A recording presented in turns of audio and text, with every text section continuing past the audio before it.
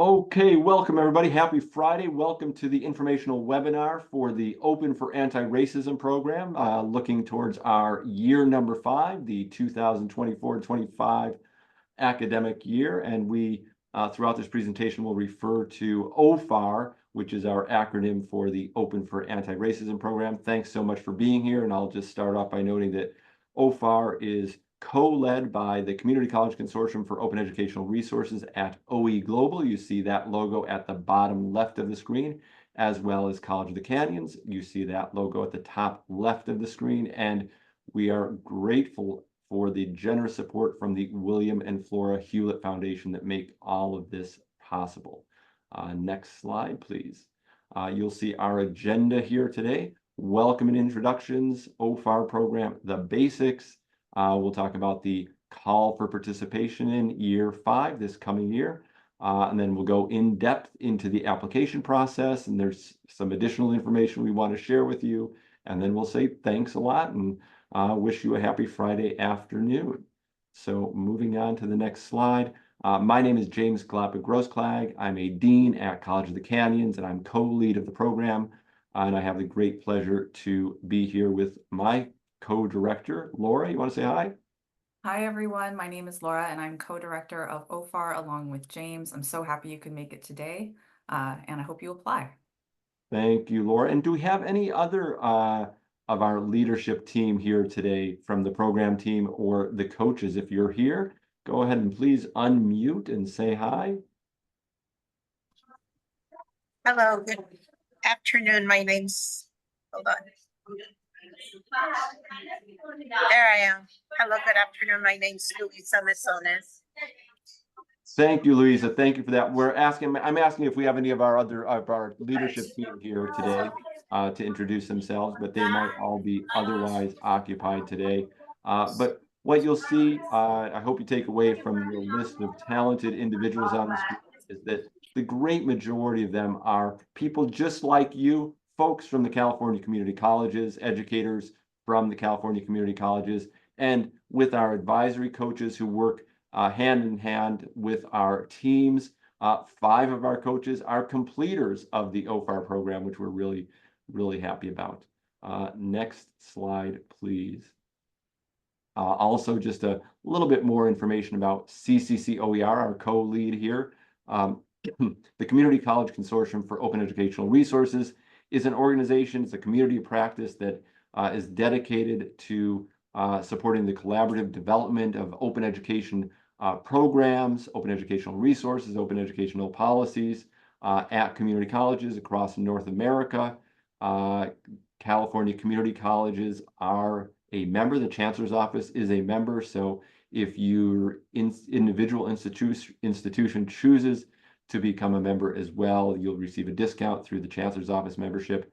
You can scan that QR code to get more information. If you're really into OER, the community email list from CCC OER is the single best source of information you're going to find. So that's the URL to join that email list is along the bottom of the screen. And again, you can scan that QR code.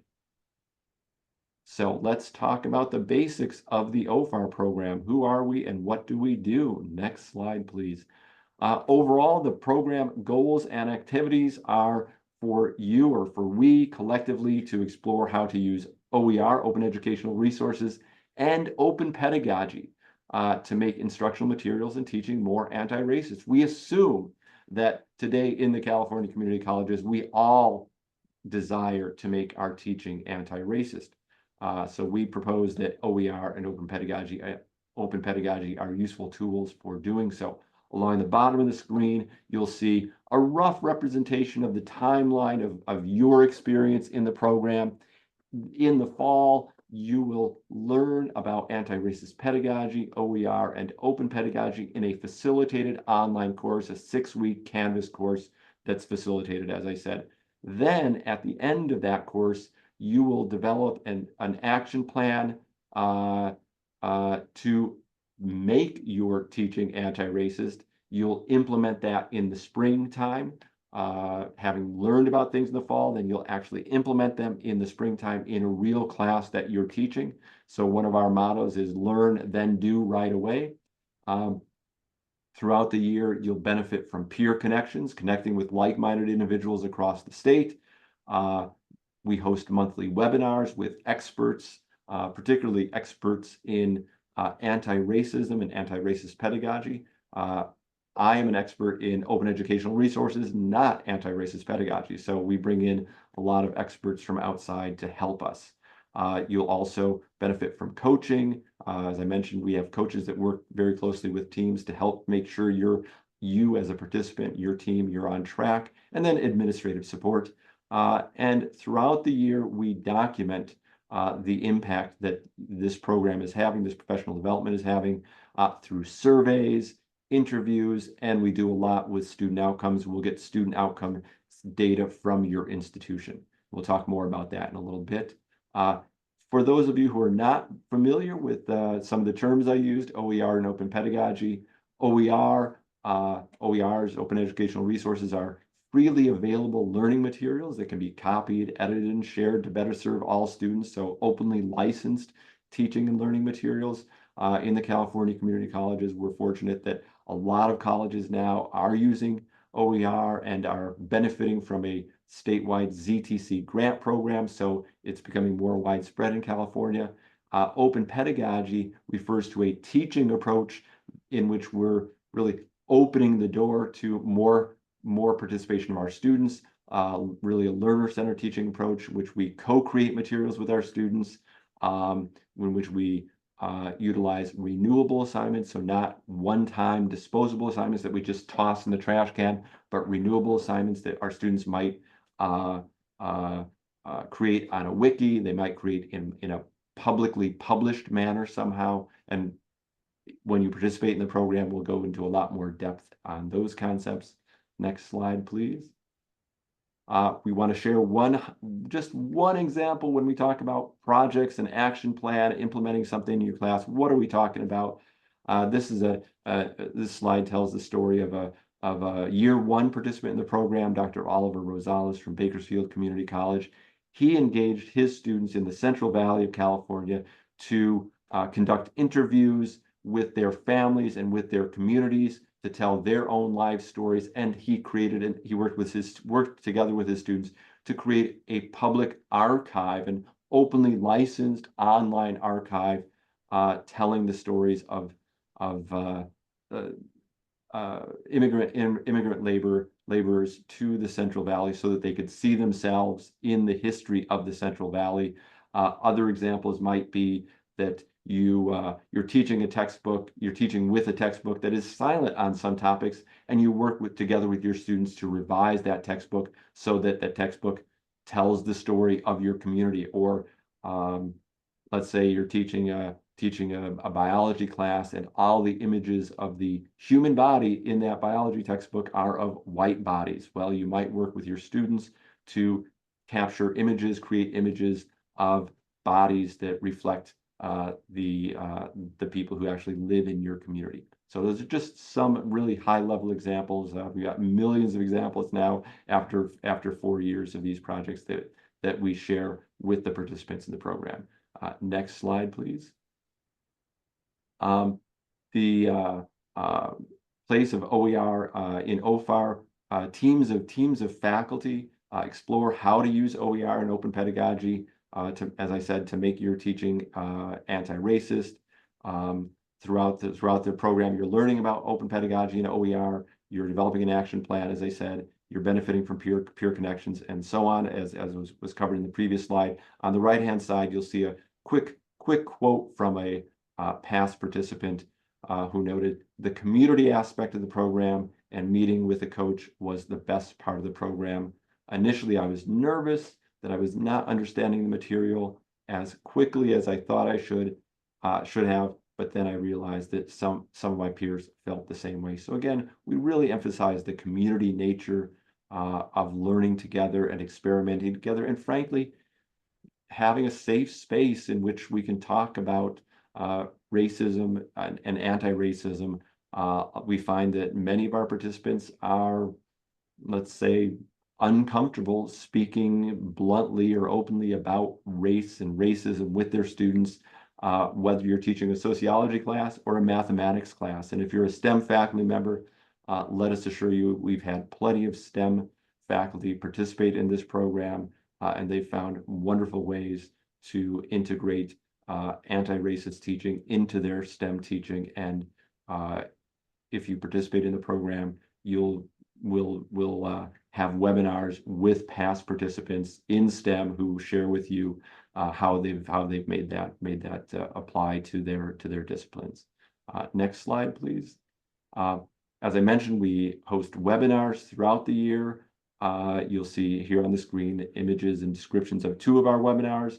On the left-hand side, you'll see a description of a webinar we held on Black and African American community college student transfer success. So our research partners, the RP group, the Research and Planning Group for California Community Colleges, they've conducted, on behalf of the State Chancellor's Office, they've conducted a large-scale study of the transfer pathway and transfer momentum from community colleges to UCs and CSUs for Black and African American students. So we dive into that data with the researchers, with the folks who did that research.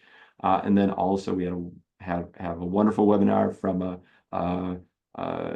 a university faculty member who studies Black feminist pedagogy, and she helps us to understand the linkage between the history of Black feminist pedagogy and open education. So really a great range of webinars here, from this sort of methodological, statistical point of view to the methodological, theoretical point of view. Next slide, please. And I'm going to turn this over to Laura at this point. Thanks so much, James. So right now we're opening up our call for participation in year 5. And as this title suggests, we are heading into our 5th year in OFAR. And we've seen a lot of great growth and a lot of great changes, and we are riding that wave. And to help us continue ride that wave, we're looking for diverse teams of faculty from across California's community college who would like to make their teaching and instructional materials anti-racist using OER and open pedagogy. Our cohort, the course itself, is going to run from October 2024 through June of 2025. So it tracks mostly with the academic school year. So your teams should be comprised of approximately 4 to 6 faculty from your college, and you will be asked to provide a letter of support from your department chair or division dean.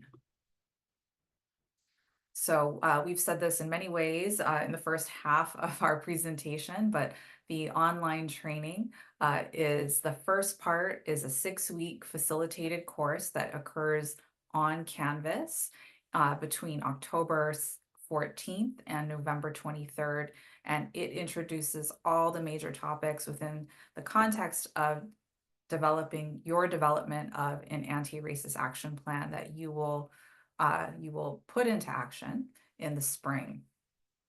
Small and large group discussions are going to be interspersed throughout the first part of the course during that Canvas course, and then the second part in the spring where you're teaching your course. And this helps build community and mutual understanding and empathy of all the things that you might be going through or challenges you might face in the development and implementation of those action plans. And on the right hand of your screen here, you can see a badge. Upon completion, you will receive a badge that you can put on your email signature, your website, to let everyone know that you've gone through this course and successfully completed it.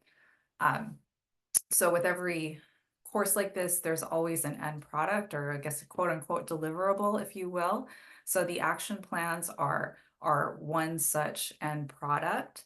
And this will integrate OER and open pedagogy as a way to make teaching and learning explicitly anti-racist in a course that you're teaching. And I think emphasis should go on that word, explicitly anti-racist. Deliverables can include a lot of things, such as a revised history course. Such an example would be including a module on Juneteenth, or a revised biology text, and this is what James mentioned just a little bit ago, where students can replace images of white bodies with images that better reflect and represent the people and the bodies in their communities. On the right-hand side here, we have an example that came out of our year 4, which just completed, which is the role of women in U.S. history OER text. So students collaborated on developing their own OER history textbook. Okay, so program requirements. Upon being accepted into our program, just like any course, there are requirements for completion. And we offer support for you to complete those requirements. And the supports in some ways are also requirements. So for example, we offer monthly webinars, which host guest speakers, all of whom are experts in the anti-racist world. We offer the facilitated virtual course, which is another requirement. You must complete the course. And College of the Canyons offers OER support for colleges who are working intently with OER resources or developing their own resources. They also give assistance with licensing. We also offer group coaching. So each cohort, each college will receive their own coach that will guide them along the way. And what we hope all of this does is gives you the tools to take with you into a community of practice. And this summer we started our new community of practice on OEG Connect. And so those of you who complete the program are welcome. That is not a requirement. That is absolutely voluntary. You are welcome to join this community practice and continue the good work of anti-racism after the course has completed. So the actual requirements or deliverables would be to upload an openly licensed syllabus and sample assignment. You would be doing some reporting out to your department or division on what you're doing and the progress that you're making, and submitting a final written reflection on Canvas about your experiences and your observations during the OFAR course. Part of this is research-based, so we are just about to release the results of our year 4 research, which is very exciting. And the program and the participants play a really big role in the research. So you'll be asked to complete pre and post surveys, and some of you will be asked to participate in interviews with our P group, our research group, and provide some course outcomes data. Prior to applying to the program, we really encourage you to inform your institutional research department now, and let them know that if you're selected, you'll need evidence of their support by mid-October. So whatever that office is for you, Office of Academic Assessment, whatever the name is, to just give them a heads up. So who should participate? We can't invite everybody, even though we would love to. We just don't have enough warm bodies in our Zoom rooms to make it happen for everyone everywhere. So we need to limit the program to approximately 40 faculty, and this also includes adjunct faculty. You absolutely don't need to be full-time to participate in this program.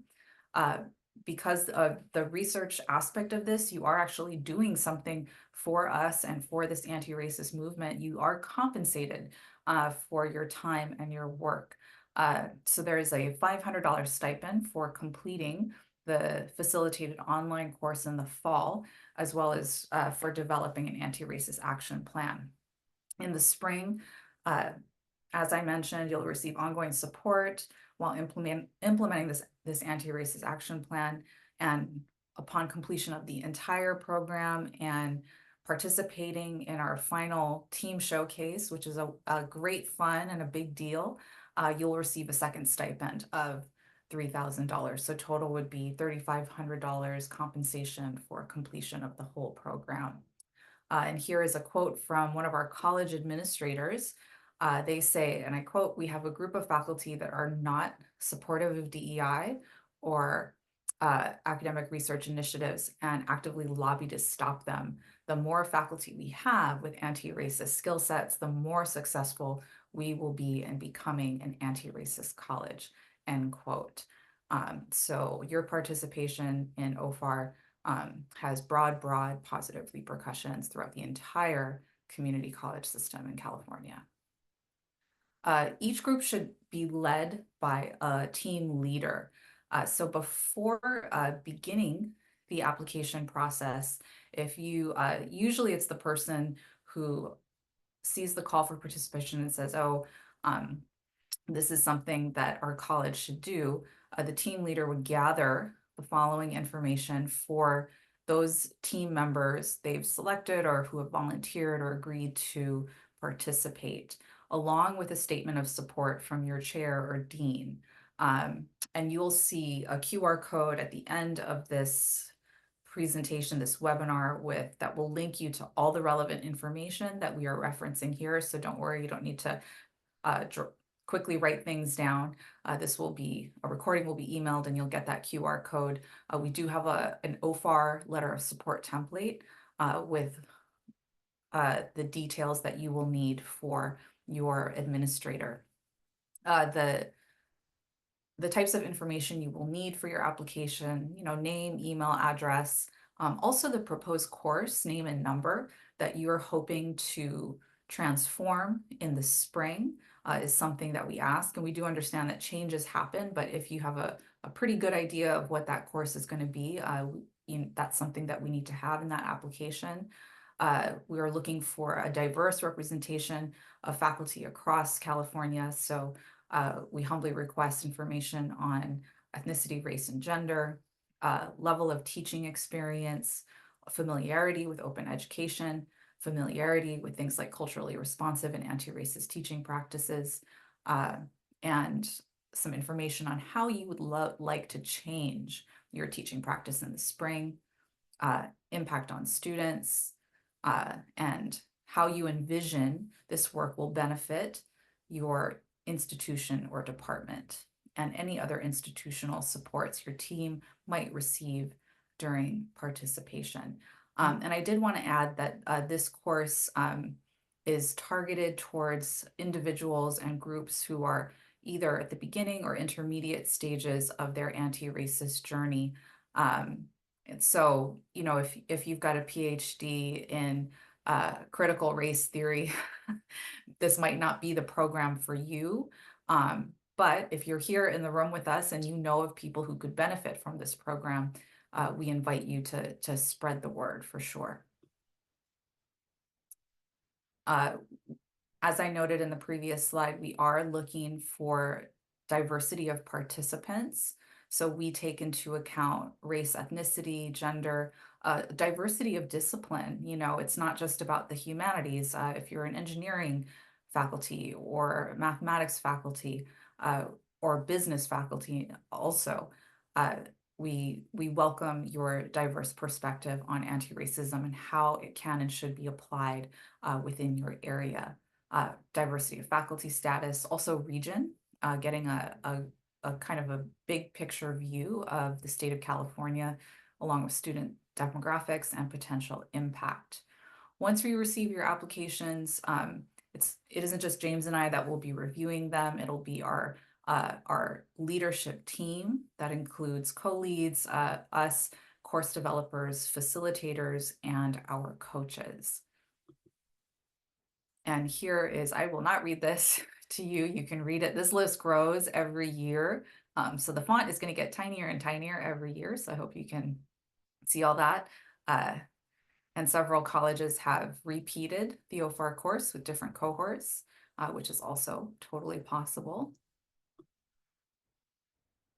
So any questions thus far before I let James jump into the timeline? I know that was a lot of information kind of thrown at you. So if anything didn't stick, please ask away. May I ask a quick, sorry, James, I see your response. So generally it's for faculty, but perhaps maybe, so we have an English 101 class for Emoja and then an English 101 for Puente. the Puente faculty, director is also teaches in the English department, so maybe that could work as far as our team. But could we bring in our student services partners to help us co-create the 101 for Umoja? Would that be a team or no? Does it have to be faculty? Devon, thank you for your question. Yeah, Yes. so whether the participants must be faculty or could be other characters on campus. Yeah. For us, the important thing is not what one's employee classification is, whether you're, a classified professional, a faculty member, or an administrator. But the key for us is that all of your participants are teaching. They're teaching a class so that we can draw on historical student outcomes data to inform our research. So all of this is part of we conduct a lot of research throughout the year, and now we're coming up on, at the end of this year, we'll have 5 years of data. We want to see that we're making a difference for our students, and one of the main ways to do that is through the student outcomes data. So probably not, I mean, we can communicate offline and Sure. try to brainstorm something, but generally we want everybody participating to be teaching. Thank you. Appreciate it. Thanks for asking. So I see we're getting a lot of questions now. Let me, Cheryl, if you have a question directly related to this point, please go ahead and unmute. Otherwise, hold on a second. We're nearly to the end of the slides, and then we'll get to your question. Thank you. So real quick here, you see the timeline here, and this was all in our emails, our multiple emails that went out to the various listservs. The applications are due by the end of the business day on September 4th, so it's coming up pretty quickly. But we want to give you a quick turnaround. By September 20th, we'll send out notifications to the applicants.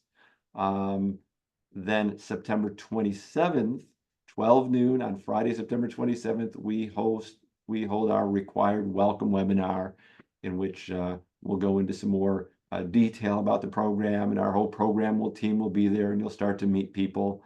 And then October 7th is the more formal launch of the program, of the course, actually, of the online course. Is that October 7th or is that October 9th?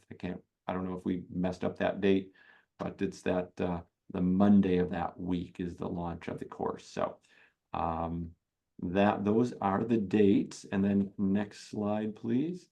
You can find lots more information if you scan this QR code. You'll see also our website, cccoer.org/OFAR. Lots of information there. Our webinars are archived there. You can find a playlist of the various projects that people undertook at the link there at the very bottom left. Also on the website are the research reports for the past years, so you can see kind of how we're doing. Does this make a difference for our students? That's what we're hoping. So we'll pause a second so you can copy down those URLs and scan the QR code there if you want. And all the letter of recommendation, templates, frequently asked questions, everything is linked under that call for participation site. So that's a kind of a catch-all for hopefully everything that you will need for the process. Yeah, and then let me address a question that's in the chat from Cheryl. She was asking whether her non-credit ESL class would qualify. Absolutely, non-credit classes are just fine, as well as credit classes. I mean, we know in the California community colleges, there's a big shift to non-credit classes. So many of our students are served through non-credit classes. The key for us is our ability to do research. So we'll ask your institutional research colleagues to please provide us with historic student outcomes data. So if Cheryl, you're teaching a non-credit ESL course, we'll ask your institution to provide us with the student outcomes data for that same course for 3 years prior to your participation. for the semester in which you are participating. And then we'll go back the fall after you've completed the program and we'll ask for more student outcomes data. So we're getting, we hope, a longitudinal view of what's changing. And hopefully we see that your participation in OFAR increases the student outcomes for your students, right? That's what we're trying to see. So so long as it's it's an official course, your institution will have that information.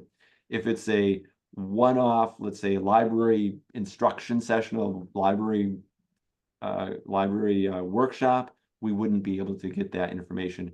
We've had institutions before who do a lot of education for currently incarcerated students, and we aren't able to get that kind of data from the facility that's holding the students. So if you have any questions, any doubt about that, please email us. We're happy to think that through with you. Maybe you need to reach out to your institutional research to get the answer to that, because most of us don't know exactly what our institutional researchers are able to get, so we can have a conversation about that.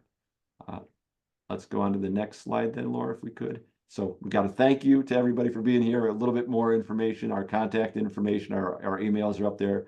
Please hit us up. We're very happy to engage in dialogue with you to help you think through whether or not this would be a good fit for you. Also, another shout out to the CCC OER community email. As I said, if you're interested in OER or open education, this email list is the single best source of information nationally and even internationally for you. So let's open it up for questions. I see, boy, I'm going to mispronounce your name. Is it Patana? It's Patana. Thank you. Yes, please. Hi, I'm Patana. I teach communication studies at Chaffey College, and we're gathering a team together to submit our application. And we have an adjunct faculty member on our team who teaches at another college as well. And because she is so wonderful, she was invited to join and participate in the application process for both Chaffey College and the other college that she works at. So I was wondering, would it be okay for her to have her name on both applications, since we're not, we don't know which college team will be accepted? That sounds, if I were you, I'd say yes. It sounds strategically smart, right? If both teams are accepted, then we can think about it. I don't know, Laura, are you looking disapprovingly at my answer? No, I think it's fine. I would have, I say that's a good strategy. Of course, you'd have to say both colleges got accepted. She'd have to pick one. Yeah, now I'm going to take a minute to read out some of the questions we got in the chat. Nancy asks about a dual enrollment courses at the local high school. Would updated course need to be only for adult community college students? Great question. Yes, and this would not be the first time we've encountered that. So students who are under the age of 18, they would be excluded from any data pull that the college provides us. And your institutional researchers would know that, and they would work that out with our researchers who are interacting with them. But yeah, if it's a dual enrollment course, presumably some of your students are going to be 18 or older, so that would be fine. Then Emma comments, we wish the administrators would have this training because they are the ones who control what resources are available on campus. Duly noted. Thank you for that. We are in the very early stages of thinking through how we might do that. Petra asks, final compensation is in the spring. Yes, so this is a full academic year program. After you finish the training course in the fall, there's you receive a $500 stipend, and then after you implement your change in the spring in your class and continue to do some other check-ins, then the next payment is a $3,000 stipend, so a total of $3,500. Vanya asks, do the cohort of faculty that submit the form have to be from the same college? Yes, from the same college because of the research component. And also because we're trying to have a positive impact on an institution. We hope that having a team from a college helps you find allies at that college so that you have other people who can help you make change at the college. The participants do not have to be from the same discipline. We've had teams with everybody from the same discipline and teams from people from all over the place. So that's fine too. And then Petra asks about the letter of support.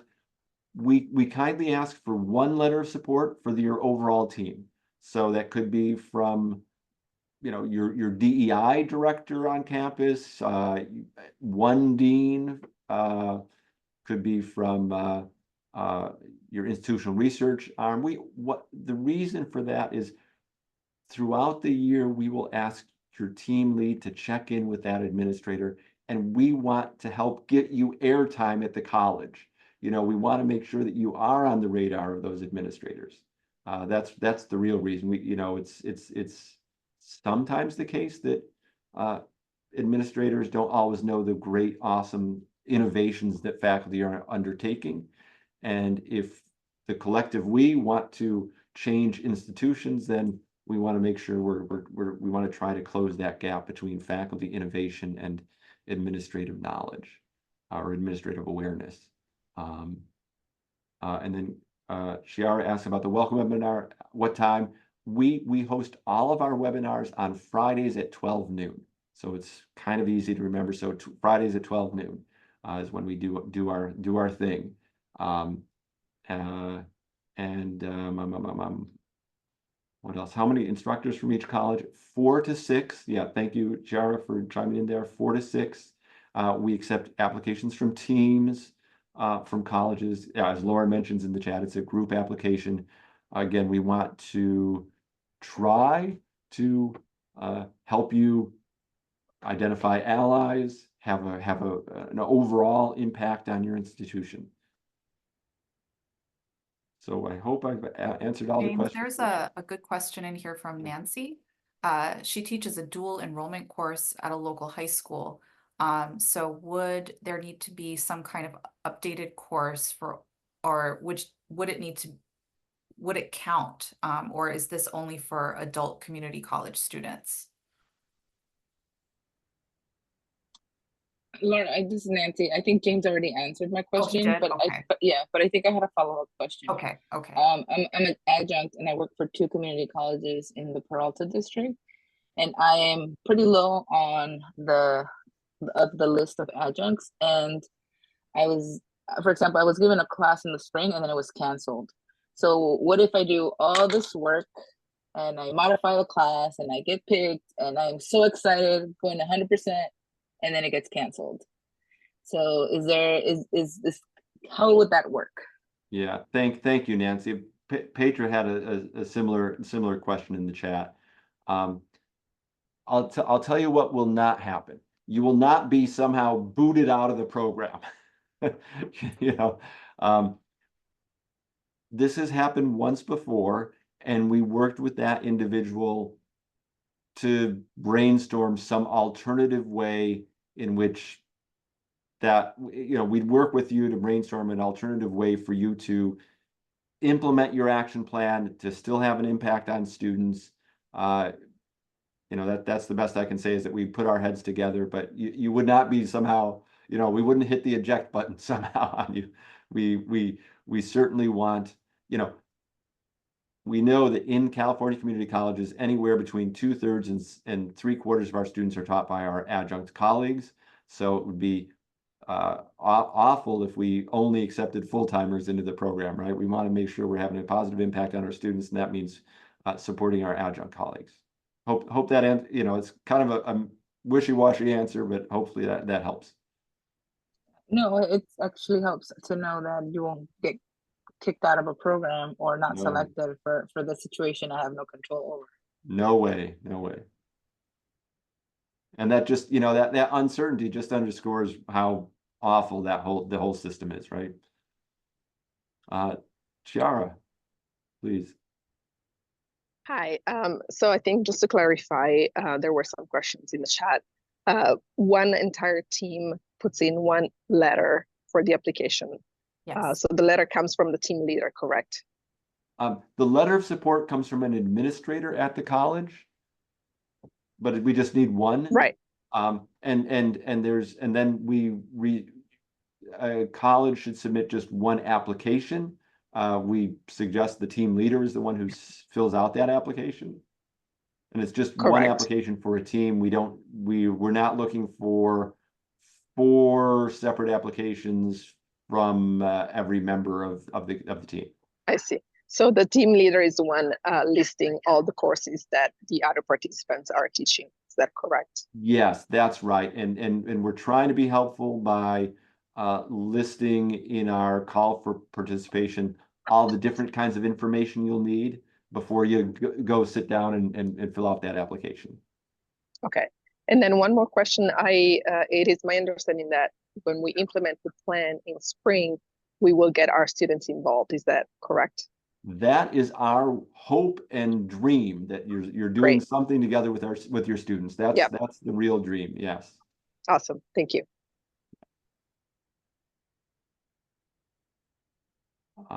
And Petra, I see your question in the chat. Could you clarify that? I'm not sure. I want to be sure that I understand it.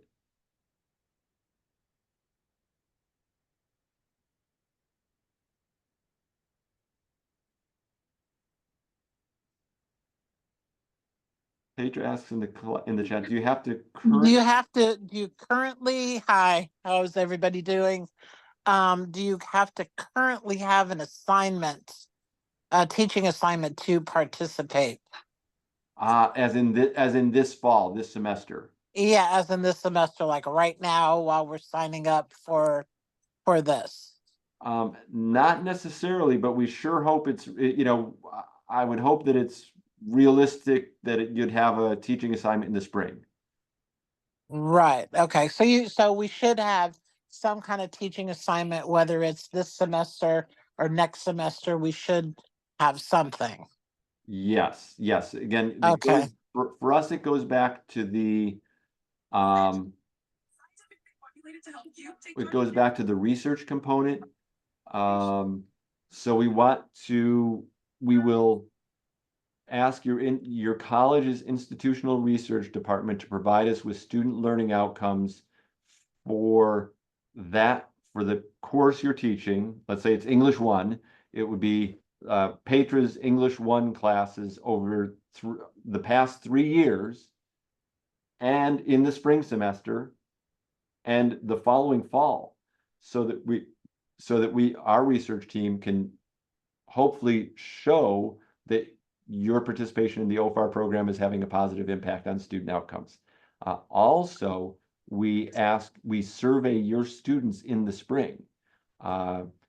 So yeah, there's a big research component to this. So it is really helpful to be sure that you're working with students. Okay, perfect. And one more question.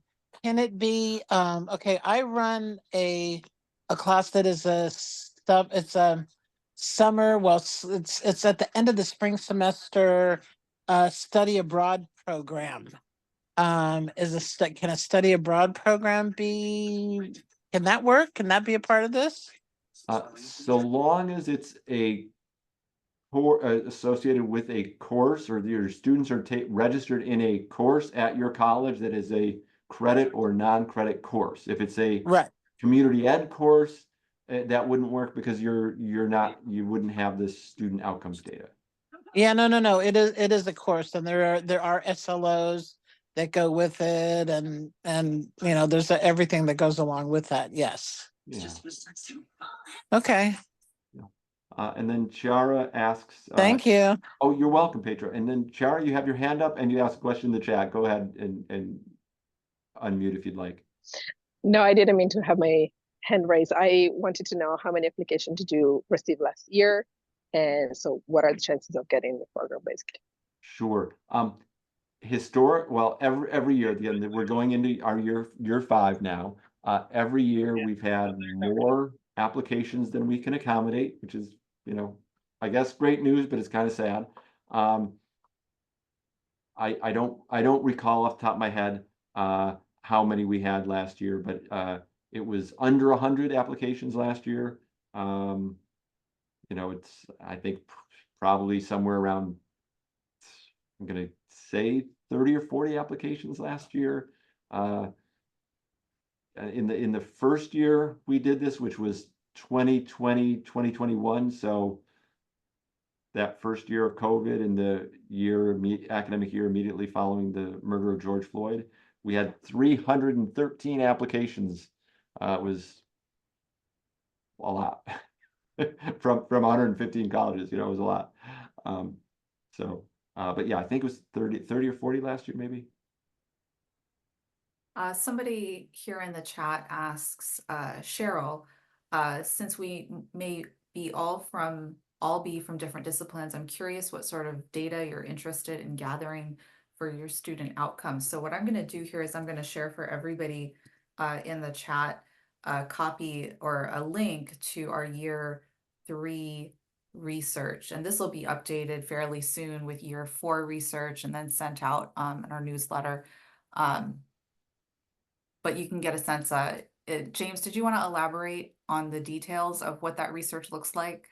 Sure. Well, and the bottom line is your institutional research team will understand.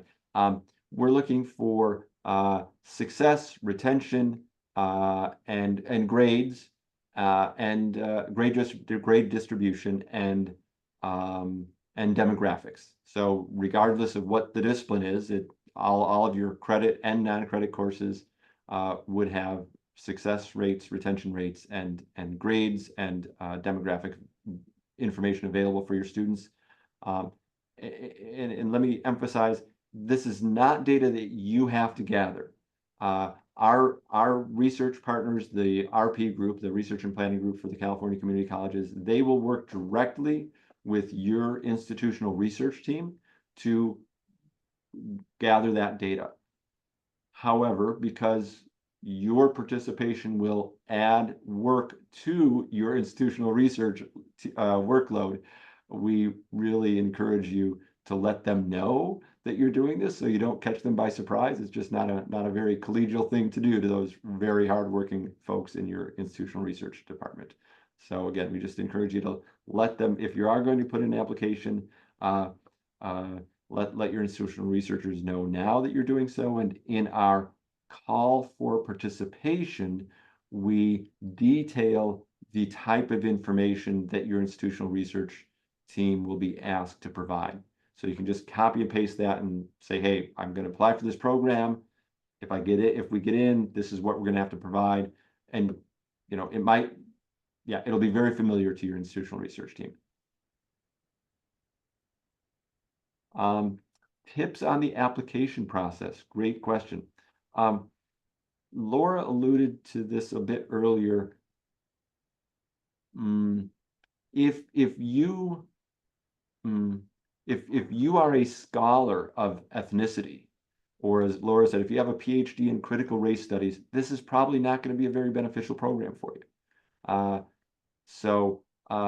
You'll see questions in the application asking you to indicate, whether your team has a strong knowledge of culturally responsive pedagogy, a strong knowledge of OER, et cetera, et cetera. We really are hoping to work with people who have a beginning knowledge or an intermediate knowledge of those domains. If you are your college's social justice warrior and you are the chair of the equity committee and you've been doing this work for a decade, probably you're not going to benefit from this program as much as other people. Does that help? I think that's one component of it, and then maybe the diversity component is one. We're looking at we want diverse teams. And diversity is defined in many different ways, right? It's gender and race and discipline, years of teaching experience, sexual identity, sexual orientation, adjuncts and full-timers. To be blunt, if you submit an application with 5,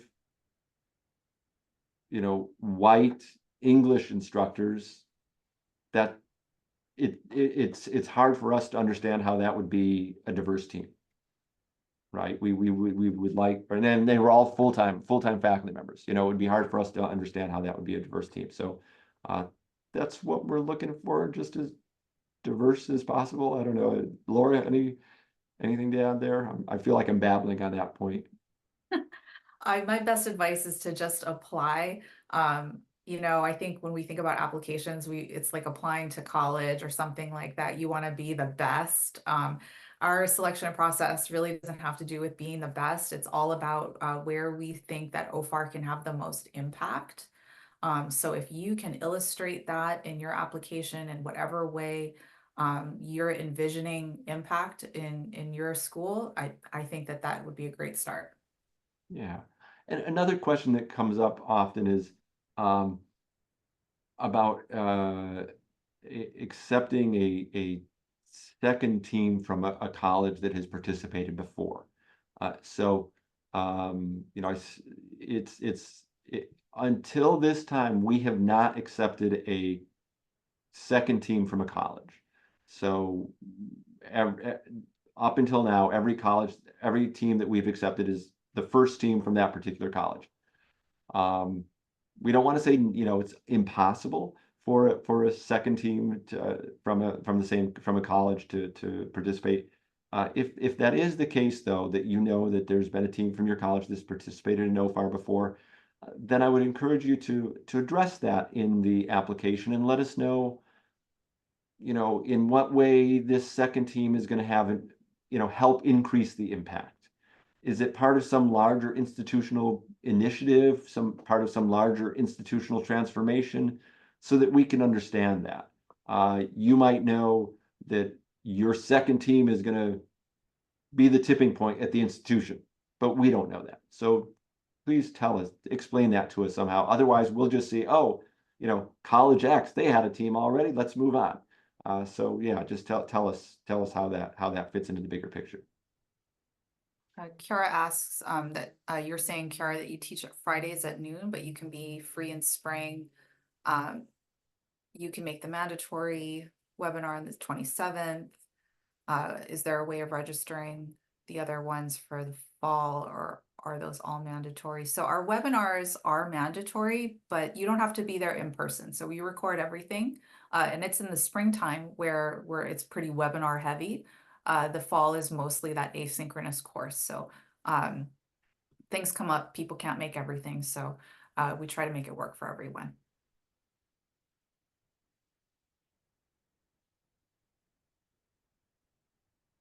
We're coming up to the top of the hour. Any final questions?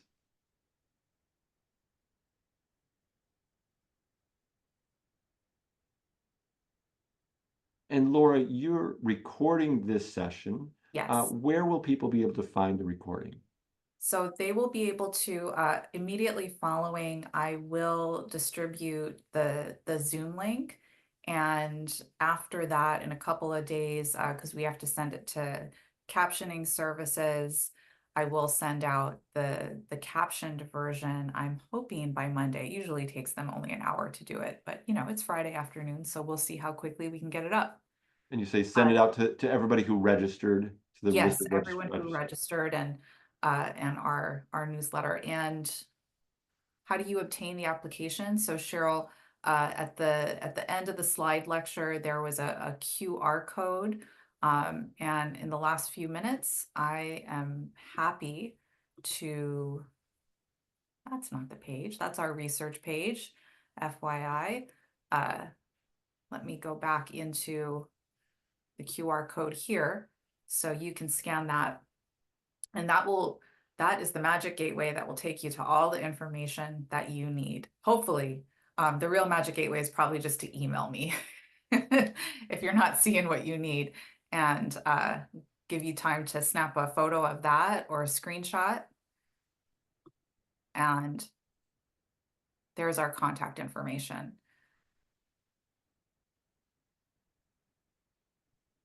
Melinda, you have a question?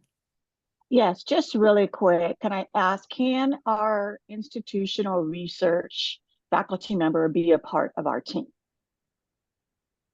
Again, the key is that somebody is teaching. So it doesn't matter whether your team is comprised of faculty, classified professionals, or administrators.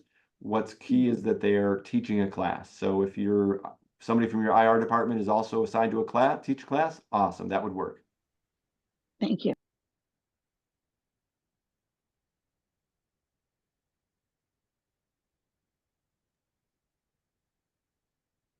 All right, well, we've got 3 minutes till the top of the hour.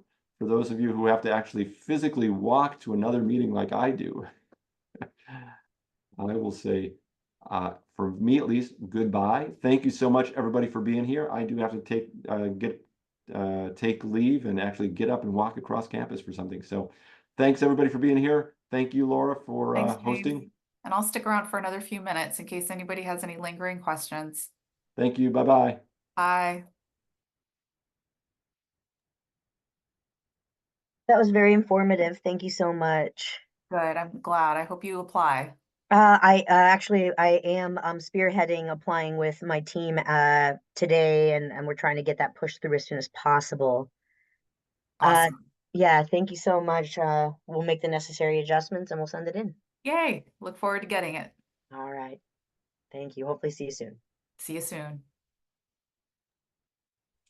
Laura, I don't remember if I saw any of the Peralta colleges on there on your list of past participants. Do you know if there were any on the top of your head?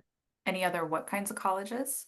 The Peralta district or Laney College, I Merritt? don't think so. Let me, I'm actually going to stop the recording for just a second, if that's okay.